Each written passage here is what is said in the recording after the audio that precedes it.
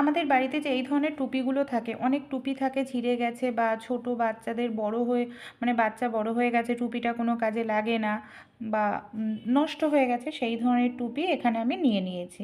আর টুপির যে ফিতাটা থাকে সেই ফিতাটায় আমি এইভাবে গিঁট দিয়ে নিচ্ছি। কী কাজে এটাকে ব্যবহার করব চলুন দেখে নিই। আমরা যেখানে ফোন চার্জ দিই অনেক সময় সমস্যাটা কি হয়, আমাদের আশেপাশে কোনো টেবিল থাকে না বা কোথাও ঘুরতে যাই, হোটেলে যেখানে মানে ফোনের সুইচ বোর্ডটা যেখানে, সেখানে ফোনে চার্জ দিলে অনেক সময় এইভাবে রাখলে দেখা যায় ফোনটা পড়ে যায়। আর ফোনটা পড়ে গেলে দেখুন অনেকটা টাকাই আমাদের লোকসান হবে। তাই এই ছোট্ট টিপসটি আপনারা ট্রাই করে দেখতে পারেন। এখানে আমি যে টুপিটা গিট দিয়ে নিয়েছি, সবার প্রথমে কি করব, ফ্ল্যাগটাকে এইভাবে আমি খুলে নিলাম। তারপর এইভাবে টুপিটা ঢুকিয়ে দিলাম।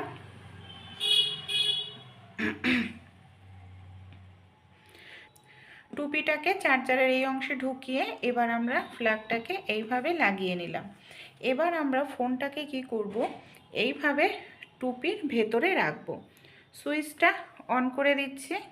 এই দেখুন ফোনও চার্জ হচ্ছে, পড়ে যাওয়ারও কোনো ভয় নেই।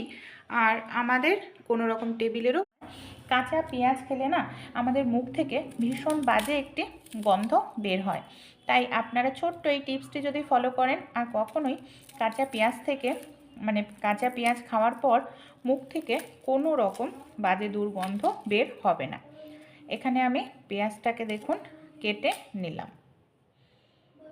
একটি পাত্র নিয়ে নিয়েছি, পাত্রের মধ্যে পেঁয়াজটাকে আমি নিয়ে নিলাম। এখানে আমি নিয়ে নিচ্ছি ভিনিগার, সামান্য পরিমাণ একটু ভিনিগার দিয়ে দিলাম। এর মধ্যে সামান্য একটু জল দিয়ে দেব।